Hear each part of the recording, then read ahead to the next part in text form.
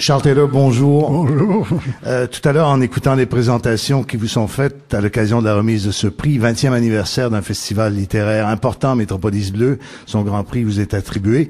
On a dit beaucoup de choses de vous, mais on n'a pas dit que vous étiez aussi un philosophe souriant. Moi, c'est une des choses qui me frappe toujours. C'est vrai, je sais pas si c'est un préjugé, mais j'imagine toujours le philosophe tellement... Oui.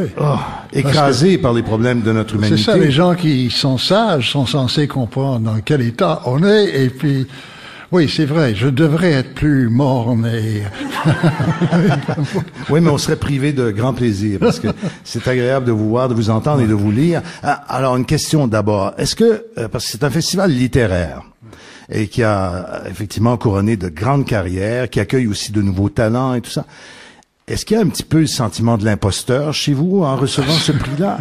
Non, vous avez touché là. Je savais pas comment le dire, mais vous l'avez dit. Parce que, il faut dire, nous qui écrivons une prose académique, nous avons un fort sentiment d'infériorité par rapport, par exemple, à un romancier. Parce que on sait qu'il y a un talent là que nous n'avons pas du tout. Le romancier peut écrire une prose pour parler de ci et cela, mais non, nous ne sommes pas capables d'arriver au niveau. Alors je me suis dit, d'où est-ce que j'ai le culot d'accepter ce prix? J'étais tellement flatté, mais et je crois que il y a deux choses. Je crois que pour être philosophe à ma manière, on essaie d'expliquer les sentiments des gens. Développement de la civilisation, on essaie d'interpréter.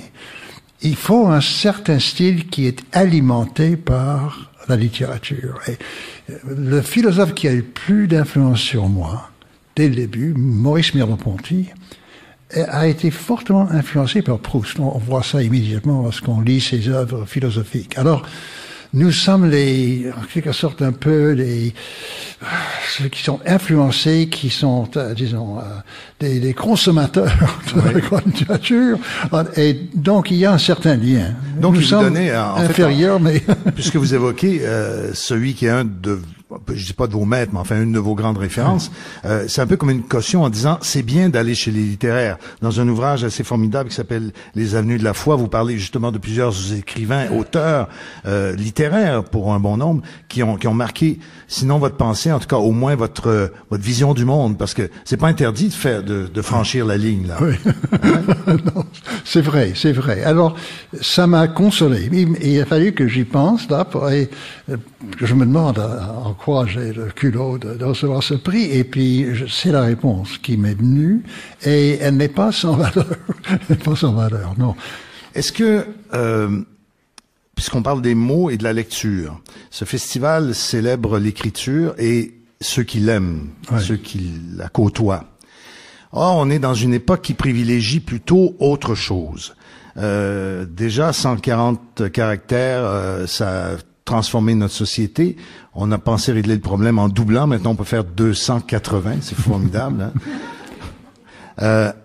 Est-ce que c'est pas, j'allais dire presque un arrêt de mort d'essayer de faire pas juste de la littérature, mais de la philosophie, donc qui doit être écrite, qui est sur un support écrit, pas seulement communiqué en tradition orale, mais écrit, dans une époque qui a l'air de plus vouloir aimer les mots, en tout cas être incapable de les côtoyer. Mais je crois qu'on voit dans notre civilisation qu'il y a encore beaucoup de monde qui s'intéresse à la philosophie. C'est-à-dire que ce n'est pas un phénomène de masse, ça n'a jamais été tout à fait un phénomène de masse, mais je crois que chez la minorité qui la poursuit chez nous, elle est aussi vivante et aussi importante qu'auparavant. Et il y a un effet quand même, un effet de trickle down, comme on dit, ça influence d'autres modes de pensée. Alors, le seul hic là-dedans, c'est ce qu'on voit aussi dans le domaine politique, que il y a dans notre sphère publique des pans entiers qui sont coupés du reste de la sphère et coupés surtout de cet étage de la sphère qui s'intéresse vraiment pour la vérité, etc. Alors il y a, comme on a vu dans l'élection américaine récente, surtout avec les médias sociaux, il y a en quelque sorte des demeures, des sections de la sphère publique qui sont complètement sans aucune influence, qui sont imperméables à la pensée. Oui, il y a une prolifération de l'inculture qui est favorisée par les médias sociaux, notamment. C'est sûr que si on faisait un test dans n'importe quel parlement occidental, en tout cas, mettons chez nous ou chez nos voisins du Sud, si on disait Kierkegaard, il y a beaucoup de gens qui penseraient que c'est un nouveau modèle de voiture électrique allemande. Hein? On peut en rire, mais c'est un peu désespérant quand même. Il y a une culture, pas juste philosophique, mais une culture de la pensée qui est toujours menacée. Oui. Et là, au niveau universitaire, ça se présente d'une façon un peu différente, mais quand même très, très difficile et très alarmante. C'est que les humanités prennent de moins en moins de place. C'est-à-dire, les universités cherchent à se donner une importance, à trouver des fonds, etc., en insistant sur les facultés techniques ou de médecine, de génie, etc., etc., et la part des humanités est de plus en plus, en peau de chagrin, de moins en moins important. Et ça, c'est un danger énorme. Un peu comme si les facultés qui ne coûtent pas cher ne valaient pas grand-chose. Oui, c'est ça. Parce qu'il fallait mettre beaucoup plus d'argent ailleurs. Alors, on lutte contre ça, et puis il y a moi, j'ai trouvé que depuis que je suis à l'université, ça fait plusieurs décennies, il se crée des networks, des systèmes de réseau entre intellectuels dans différentes universités ou en dehors, ou des institutions, des instituts, des centres de recherche. Il se crée en dehors des universités de l'espace, des espaces ou des zones où ce genre d'échange peut avoir lieu et qui sont d'autant plus valables en le sens qu'à l'intérieur de l'université, le travail vraiment interdisciplinaire n'est pas encouragé. Hein. Alors, chaque département a son idée de ce qui constitue son expertise, et puis il faut la garder pure et sans alliage avec d'autres choses, tandis que les questions les plus intéressantes sont les questions qui s'opposent à la frontière de l'histoire, philo, sociologie, etc. Et ce genre ces réseaux-là reprennent la tâche d'une pensée vraiment, en quelque sorte, synthétique. Donc là, on peut dire merci aux nouvelles technologies que je décriais tout à l'heure, parce que ça, c'est possible aujourd'hui, alors que à l'époque des Lumières, avant qu'une idée traverse les océans ou la planète, c'était compliqué. C'était exactement, oui, on était, même la République des lettres européennes, il fallait que ça passe à travers des lettres qu'on écrivait et qui n'arrivaient pas tous. Tout sur le temps, tiens, puisque on évoque ça, tiens, un autre grand Canadien a dit the medium is the message. Hein, à une certaine époque, on a compris que c'est un peu vrai, effectivement. Et plus la technologie se développe, plus on se rend compte que c'était vrai. Mais à l'époque des Lumières, ils vivaient dans un monde escargot. Les choses changeaient pas rapidement, ne se communiquaient pas rapidement. Aujourd'hui, où tout se passe à la vitesse de la lumière, on a l'impression qu'on est dans un monde, au contraire, escargot, où tout a l'air d'être figé. Les blocs, tout le monde se recroqueville sur son identité, sur sa certitude d'avoir raison. C'est paradoxal, non?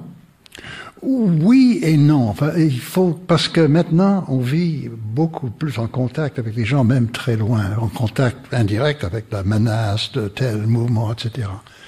Alors, c'est un moment aussi où jamais l'intérêt pour le mondial, pour les gens de cultures très différentes, a été aussi vif chez les jeunes. Alors, c'est paradoxal, mais avec le danger vient peut-être une certaine capacité d'en sortir. Il y a une ligne de Hölderlin. Avec le danger vient ce qui nous font rescaper le danger. Et je crois que c'est vrai de la culture des jeunes de nos jours. C'est extraordinaire combien les jeunes voyagent dans le monde aussi, combien ils s'intéressent pour ce qui est différent. Alors, il y a une espèce de contestation ou peut-être lutte. On voit ça maintenant aux États-Unis. D'une part, il y a le phénomène Trump. D'autre part, il y a énormément de jeunes, même de très jeunes, des écoliers qui interviennent en politique en masse pour la première fois. Et peut-être ça nous donne un certain espoir. Moi, j'avoue, mes amis me disent, je suis trop optimiste. Et C'est peut-être vrai. Alors je me renie en même temps. Je fais cette affirmation-là, mais je crois quand même qu'il y a de l'espoir là-dedans. Mais c'est une lutte âpre que nous devons mener. Et vous avez mentionné les jeunes 3 fois. Et c'est vrai, aux États-Unis, on a vu ces jeunes Floridiens qui se sont constitués en mouvement et qui est devenu panaméricain après l'attentat dans leur école. La qualité de la réflexion et du sentiment de ce que c'est que d'être un citoyen chez des jeunes de 15, 16, 17, 18 ans, c'était remarquable. C'est remarquable, oui. Et ça fait honte de beaucoup de leurs aînés. Sur le philosophe citoyen, vous avez toujours dit, il y a ceux qui sont là-haut et puis il y a les autres qui, comme moi, sont pas gênés de descendre dans la rue et de se frotter à la réalité des gens. Vous avez été 4 fois candidat néo-démocrate à des élections fédérales, battu 4 fois. Oui, je connais ça. Marqué, candidat néo-démocrate au Québec à une élection fédérale, vos chances étaient pas... À l'époque, il n'y avait aucun espoir. Mais une fois battu par Pierre Elliott Trudeau. Oui. Et vous avez dit dans une entrevue, je vais vous citer correctement, à notre collègue du Devoir la semaine dernière, c'est Lisa Marie Gervais qui vous interviewait. Vous dites, dans le fond, c'est peut-être une bonne chose que j'ai été battu parce que ça m'aurait peut-être empêché de faire le travail que je fais. Au début, je pensais que vous étiez déçu de pas avoir, ou content de pas avoir battu Pierre Elliott Trudeau, parce que vous partagez peut-être un certain nombre d'idées. Oui, j'en suis convaincu. Mais en faisant de la fiction, si vous aviez été élu à l'une de ces 4 tentatives-là, qu'est-ce que le citoyen philosophe Charles Taylor aurait voulu apporter à la Chambre des communes qu'il ne peut pas apporter lorsqu'il est à l'extérieur? Ben, je ne sais pas. Tout ça, c'est une spéculation sur parce que j'ai jamais eu ce test-là. Penser rapidement, au gré de l'événement, ce qu'il faut faire. J'ai peut-être eu un certain succès à m'asseoir et réfléchir et donner des conseils, mais c'est très différent de la pensée, en quelque sorte, à chaque instant, à chaque instant, un but d'une décision, etc. Alors, j'ai jamais fait ce test-là. Mais, Mme Gervais avait dit, mais alors vous n'étiez pas sérieux, et ça, ce n'est pas vrai, parce qu'on savait au Québec qu'il fallait bâtir le parti, que ça allait prendre beaucoup de temps. Alors, je me suis présenté afin de bâtir le parti, et ça, sur un certain point, ça a réussi.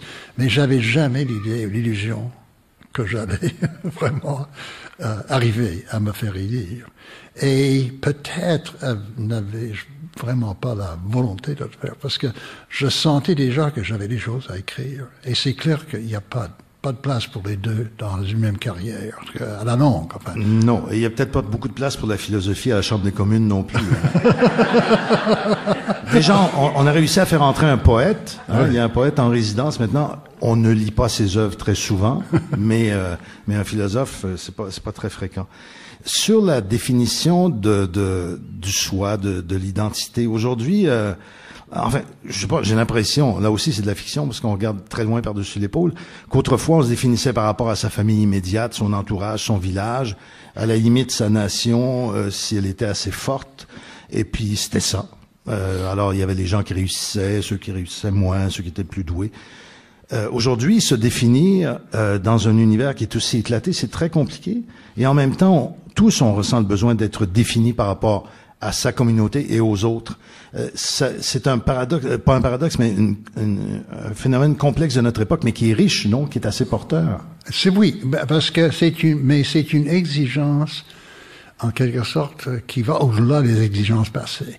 Non pas vivre seulement à la hauteur d'une certaine morale, qui est la morale de la communauté ou de la tradition, mais se trouver soi-même. Parce que l'idée de base, c'est que chaque être humain a sa propre façon de l'être et il faut le découvrir. Et ça met un fardeau assez lourd sur les épaules de beaucoup de gens. Et beaucoup de gens trouvent ça très, très difficile à le réaliser. Alors à ce moment-là, ça fait un monde de créativité extraordinaire. Par exemple, dans le domaine spirituel, si vous voulez, les gens font des recherches, sont en quête d'une spiritualité, mais d'une façon énormément variée, avec de nouvelles inventions.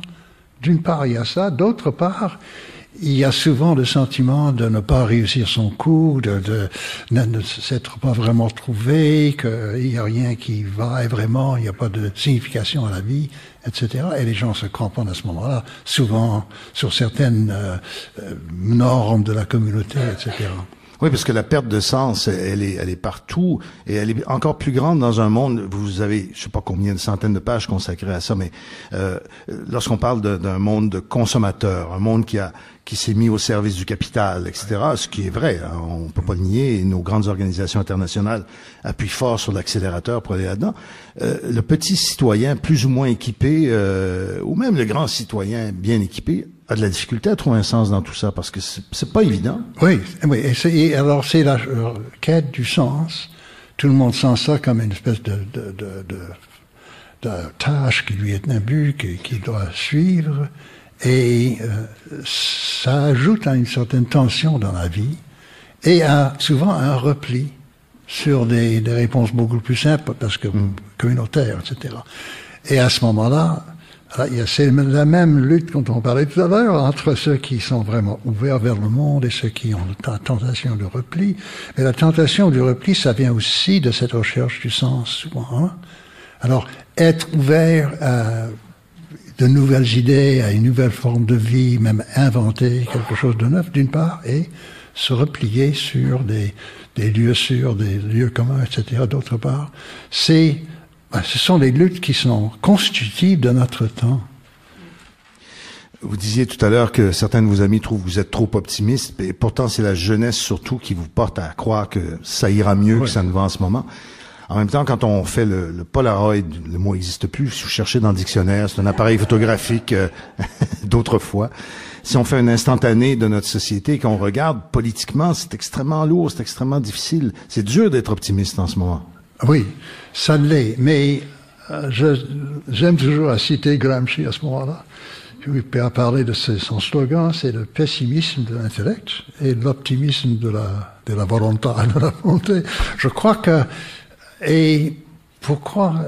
Parce que je peux pas vivre vraiment avec un pessimisme qui couvre tout le champ. J'ai besoin au moins d'illusion que je peux faire quelque chose, qu'on peut faire quelque chose, qu'on peut en quelque sorte contrecarrer les influences, qu'on peut miner les mouvements comme ceux de Trump, etc. C'est peut-être un aveu d'impuissance, c'est peut-être une façon de ne convaincre personne, mais je ne pourrais pas vivre comme ça. Il faut que j'ai devant moi la possibilité d'aller de l'avant. Et donc, c'est vraiment, en quelque sorte, la volonté qui sous-tend tout ça, plutôt qu'un regard, en quelque sorte, sobre et objectif. Vous l'évoquiez, et dans votre travail beaucoup, la façon dont les individus et les collectivités tentent d'organiser leur rapport pour que ce soit harmonieux et qu'on se rapproche. Ouais. C'est un peu naturel d'essayer d'éviter le conflit. Je pense qu'il n'y a pas grand monde, à moins d'avoir un problème psychologique grave, qui aime ça. Sauf que la réalité et l'accélération de l'histoire dans laquelle on se trouve en ce moment, avec des blocs géographiques et des blocs démographiques croissant très rapidement, avec des objectifs différents, des manières différentes. Le domaine de la Chine n'est pas celui de l'Inde et encore moins celui de l'Afrique, et pourtant tout le monde s'en va vers le même futur à vitesse grand V. Ça va provoquer des chocs inévitables. Comment on fait pour envisager ça de façon sereine et peut-être de façon avec des réponses? Oui. C'est absolument clair qu'il n'y a pas de solution qui va durer. Hein. Il va y avoir de nouveaux problèmes. Déjà avec la Chine, l'idée que le monde s'en va vers une démocratisation générale, c'est complètement, pour l'instant, caduque. Hein. Alors comment vivre avec la Chine, par exemple, dans le même monde? Et il faut une invention de nouvelles formes. Mais nous avons, dans le passé, eu une telle capacité d'invention, les êtres humains. Il se peut que l'espèce se casse la gueule complètement avec, par exemple, le réchauffement planétaire, mais il y a toujours de nouvelles solutions qui naissent et il y a toujours une lutte qui est possible pour les mettre en pratique. Et le fait qu'on a vécu jusqu'ici sans se détruire, donne un certain gage de réussite à l'avenir. Mais c'est encore l'optimisme en moi qui parle, c'est peut-être la volonté. Oui, il n'y a pas de doute. Il y a des phrases qui peuvent être parfois un peu creuses, mais qui illustrent peut-être des choses comme celle-là. Quand on disait penser globalement, agir localement, il y a beaucoup d'endroits du monde où on n'a pas le choix que de faire ça. D'ailleurs, en ce moment, notre émission, on diffuse beaucoup de reportages sur l'Afrique qui est en train de se donner des moyens de s'occuper d'elle-même, parce que ses rapports avec les autres, ceux du Nord, n'ont pas été très formidables au fil des siècles et apportent pas des fruits très généreux. Ça peut avoir l'air creux, mais c'est peut-être ça. Autrement dit, ce qu'on prend pour des certitudes de fonctionnement de nos systèmes, c'est peut-être à mettre de côté, laisser la chance au hasard et à la sagesse des populations. Oui, et de pouvoir commencer à prévoir les directions de dégénérescence qui sont déjà implicites chez nous pour pouvoir parer à ça. Par exemple, la démocratie, nous le considérons souvent ici à l'Occident comme quelque chose d'acquis, hein, c'est fait, mais on va s'avancer et essayer d'étendre ça plus loin. Mais on voit déjà que la démocratie entraîne une certaine pourriture dans notre monde, là, un manque.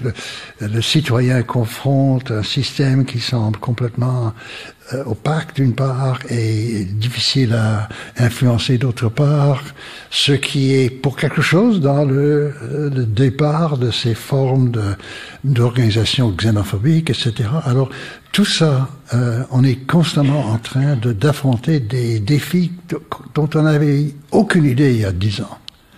Mais il y a cette capacité de voir ça, il faudrait pouvoir prévoir un peu plus rapidement les dangers qui viennent. Mais alors il y a un travail pour les intellectuels extraordinaire, mais ce n'est pas impossible. Sauf qu'il faudra trouver des caisses de résonance au travail des intellectuels, des politiciens, des citoyens aussi qui veulent agir, parce que en ce moment c'est souvent beaucoup un désert. La multiplication, par exemple, des bits, des données qu'on peut disséminer sur la planète, c'est exponentiel. Mais la quantité de garbage, de poubelles qu'il y a là-dedans, c'est sidérant. Donc, il faudra bien trouver quelque part des chambres d'écho pour faire résonner les solutions novatrices, intelligentes. Oui. Et il faudrait aussi réformer certaines plateformes. Par exemple, c'est clair avec Facebook qu'on a vu récemment. Mais c'est même pire qu'on le sait parce que actuellement, j'ai lu un article sur à Sri Lanka où il y a eu une émeute où ils ont attaqué des musulmans et quelqu'un a perdu la vie. C'est Facebook qui est responsable de ça parce qu'ils n'ont pas enlevé de leur plateforme assez rapidement des choses quasi complètement inflammatoires qui étaient complètement fausses, etc. Et les tentatives depuis Sri Lanka de parler avec les quartiers généraux à LA ou San Francisco ont échoué. Hein. Alors, justement, il y a des problèmes très très profonds dans tous nos médias sociaux, leur façon de fonctionner, mais problèmes qu'on peut guérir. Il faudrait les tenir à une certaine responsabilité pour ce qu'ils mettent sur leur responsabilité à défaut d'une moralité, parce que pour l'instant c'est celle du profit. Enfin, ce que j'en comprends, il n'y a que ça. Non, mais je crois que c'est peut-être typique de notre ère que Zuckerberg, pour moi, c'est quelqu'un de très naïf qui croyait qu'on peut faire énormément d'argent, puis en même temps bénéficier le monde, et ce n'est pas impossible de les combiner, mais il a pris ça pour acquis parce qu'il n'a vu que le côté positif. Je mets les gens en contact, ils peuvent parler avec tout le monde, il y a la communication. Il n'a pas vu que l'être humain est aussi capable du mal, capable de la haine, capable de ça, et que ça aussi, ça se répand, et aussi rapidement. Ça, c'est l'optimiste en vous qui croit que Zuckerberg est un bon garçon qui pensait aider le monde à se trouver des amis. Oui. Ce qui est vrai. Ce qui est vrai, mais c'est peut-être pas exclusivement vrai. Vous disiez, il faudra bien intervenir, moi je parlais de moralité, mais disons par la législation.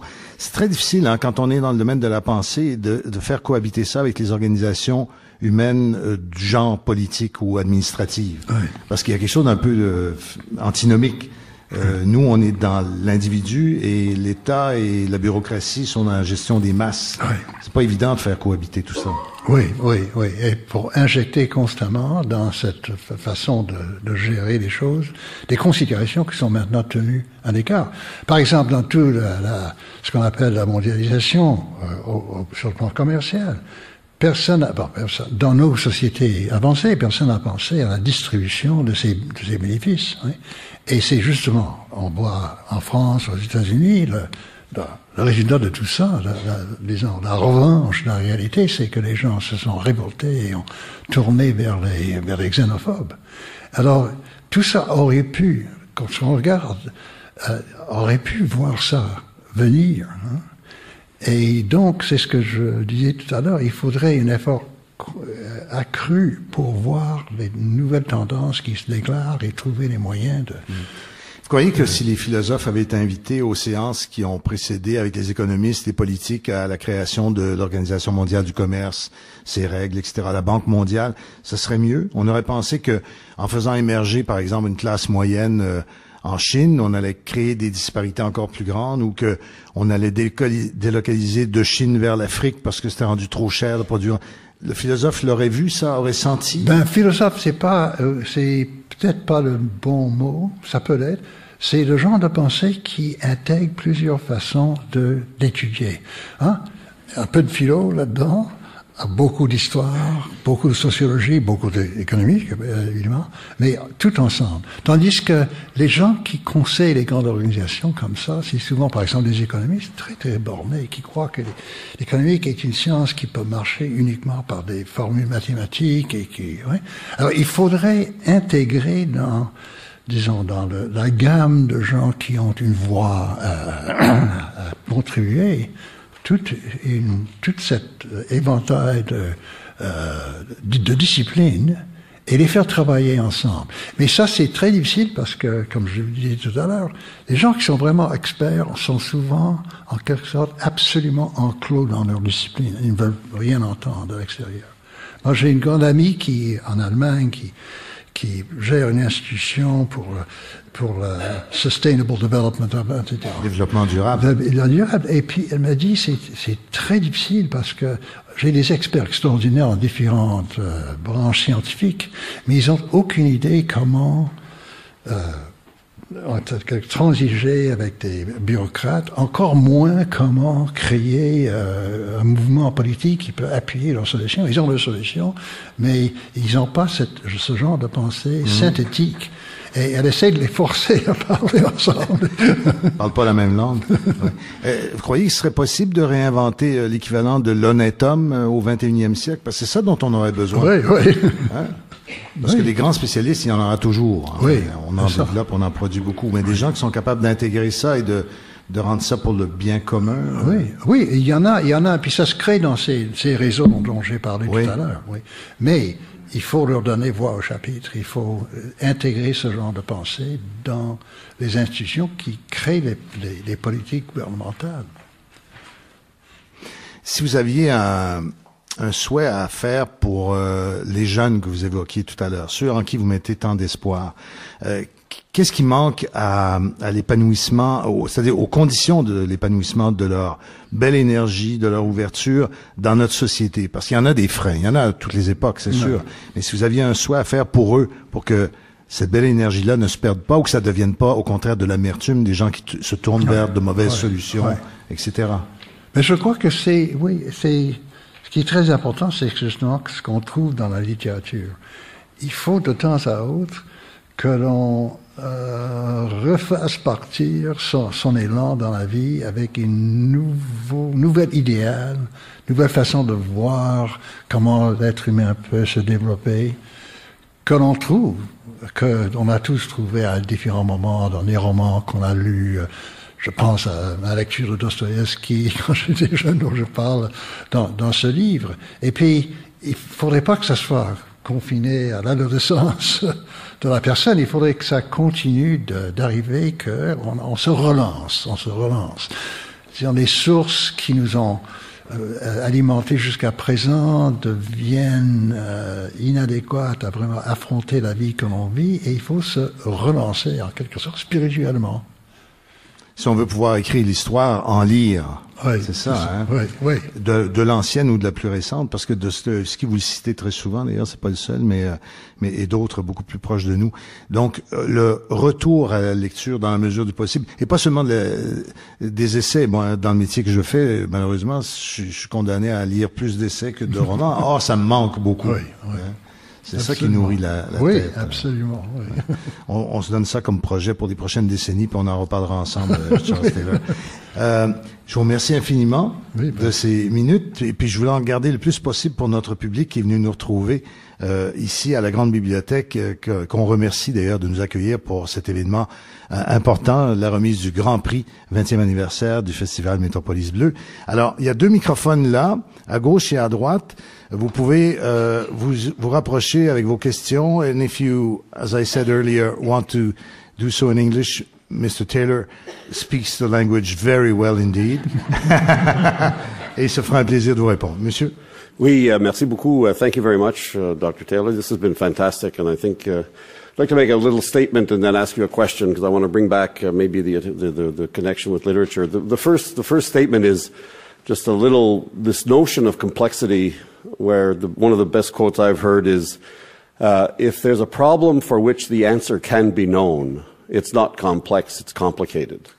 But complexity is for problems that you cannot know the answer other than by acting into them. And what I'd like to say about that is, what you've said and what you write and what you talk about is a way of thinking into how we can make a better world. And I think I really appreciate that very much from your work. The question is about literature, and in poems, in poetry and novel, the use of metaphor is fundamental to how you actually conceive of the world you're writing about or imagining. And so I'd wonder if you could just say some words about the role of metaphor and creativity in your work. Because what you do is extremely creative, but it's not branded as creative in the same way that literature would be. So could you talk a little bit about creativity and metaphor and the way that you go about your work? Yes, metaphor is just as important for us who write that kind of prose as it is for people who write novels or poetry. And frankly, my work is full of metaphors. I mean, I wrote a book recently on the nature of language, and first of all, I try to discuss metaphor and how it serves. That it isn't really worthwhile making unless it gives you a new angle on things, because you're looking at something through the lens of something else. The metaphor is a way of talking about something through something. And we're always doing that in philosophy. That's the great thing that Jacques Derrida, one of the great things he did was to point out that there isn't really a philosophy that is entirely literal. I mean, people say, bare facts. Bare facts? People say, or we want, just the fundamental truths. So everybody, they don't realize it. Like Monsieur Jourdain is talking prose all the time without realizing it. Well, all these people who are dumping on metaphors are speaking metaphorically. There's a great line from Bentham. He talks about there are two sovereign masters, pain and pleasure, and they drag us in chains and so on. And Bentham had long passages denouncing metaphorical speech and so on as leading us to unreason. And this is one of the really striking things, that you just can't avoid it. Monsieur? A very easy question, and it's related to literature. I could think of 2 or 3 books that really made a big impression on my life. And I heard you mention the word Dostoevsky, but what are the 4 or 5 books in your life that really had a big impact on you? Oh, it's hard to say. I mean, you ask me at different times. I'll say in literature, not philosophy. And not philosophy. Yeah. Well, I mean, there's certainly. I suppose maybe there are more poets than they are. I mean, apart from Dostoevsky, who's a novelist, there are probably more poets. I mean, I'm very deeply influenced by Hölderlin and also by Keats and by Rilke. But I'm sure if I thought a bit more, I won't take up too much of your time, I would think of other novelists that are really... May I suggest you look at Les Aventures de la foi in this long interview, sort of, with I forget. Jonathan Guilbault. Many of those works are named, discussed, and at length in some cases. It's very, very interesting. Monsieur? Bonjour, une question beaucoup moins littéraire mais plus journalistique quasiment. Vous parlez beaucoup justement de l'identité, de la construction de la jeunesse aujourd'hui. On voit, bien que ce soit une minorité très faible, mais des jeunes qui aujourd'hui sont tentés de quitter l'Occident pour aller rejoindre par exemple l'État islamique et éventuellement se former au terrorisme et revenir dans les sociétés occidentales ensuite pour commettre des actes qu'on a vus récemment.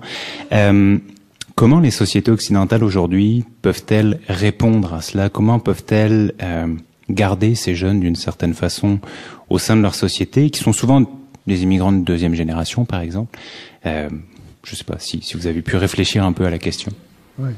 Ben alors, plus on voit le terrorisme, plus on voit que c'est un phénomène qui est aussi profondément individuel, c'est-à-dire chacun a son histoire. Il y a certains gens ne réussissent pas leur vie, une forme de vie qui est acceptée en même temps acceptable pour eux, et ils peuvent commencer à trouver des solutions ailleurs, souvent dans le crime, disons ordinaire, etc.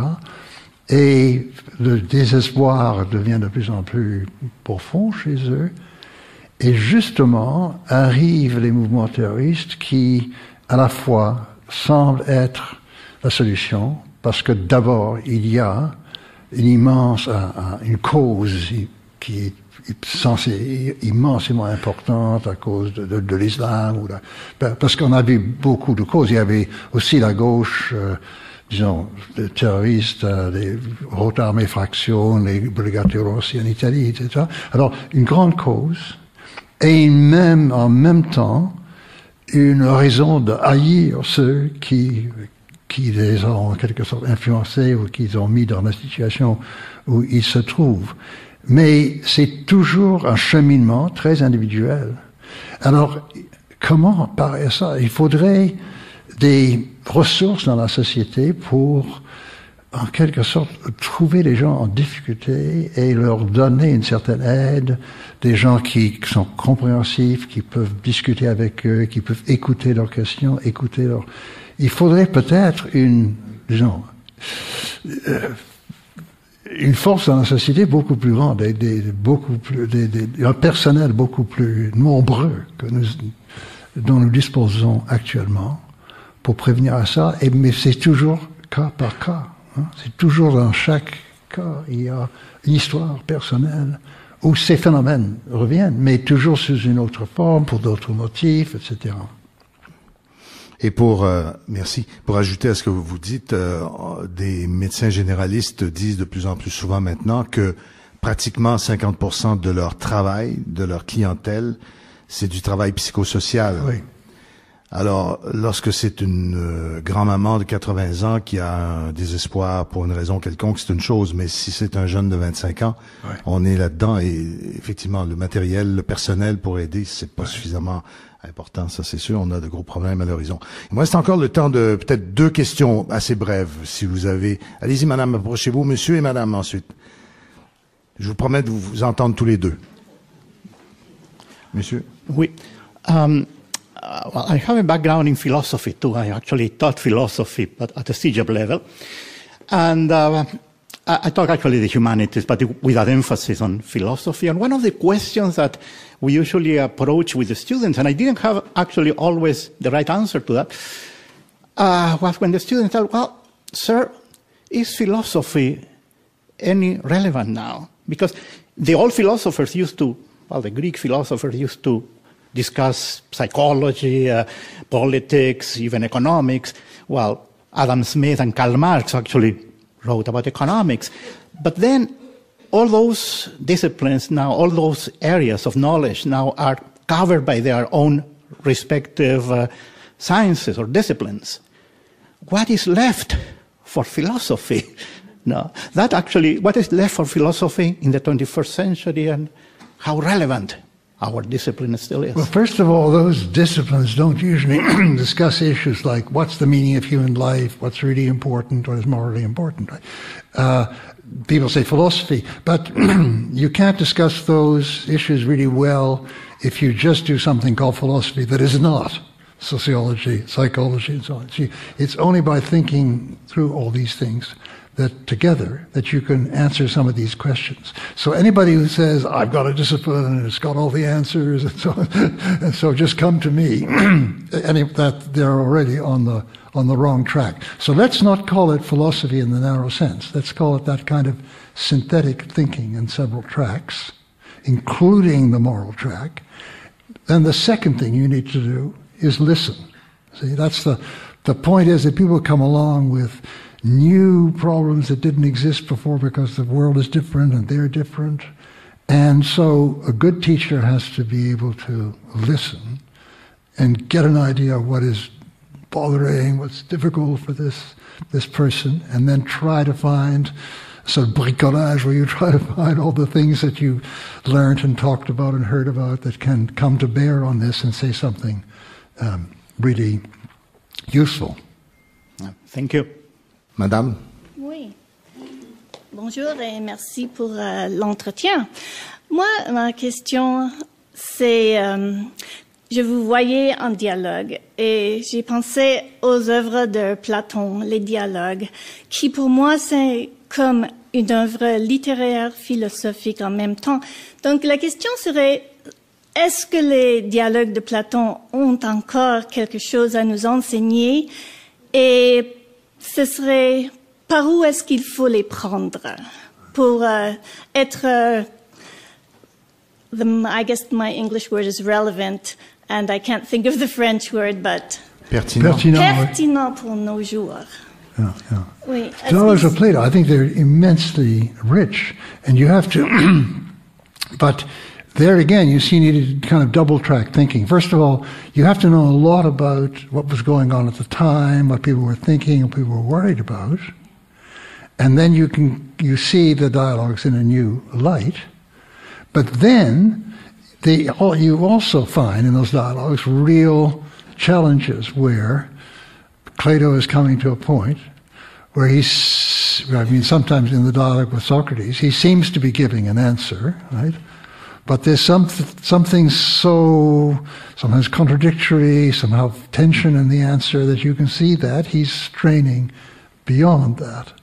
And of course, Socrates himself, as far as we can see, didn't give any answers. He was always searching. That sense of continuous searching, continuous pushing farther, which people call Socratic irony, is something that you learn from reading these dialogues written by Plato but about Socrates, and it really can be constantly give you new ideas, new inspiration.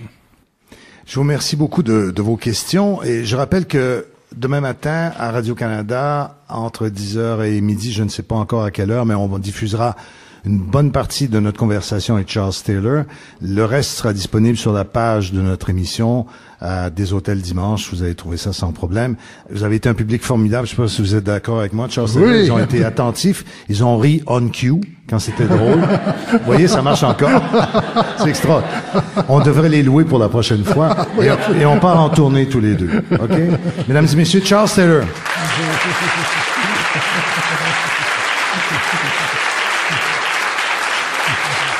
Alors, M. Taylor va quitter la scène, la salle aussi, et aller séance de signature à l'entrée, là où vous êtes entré tout à l'heure. Je vous remercie infiniment de votre patience, de votre gentillesse.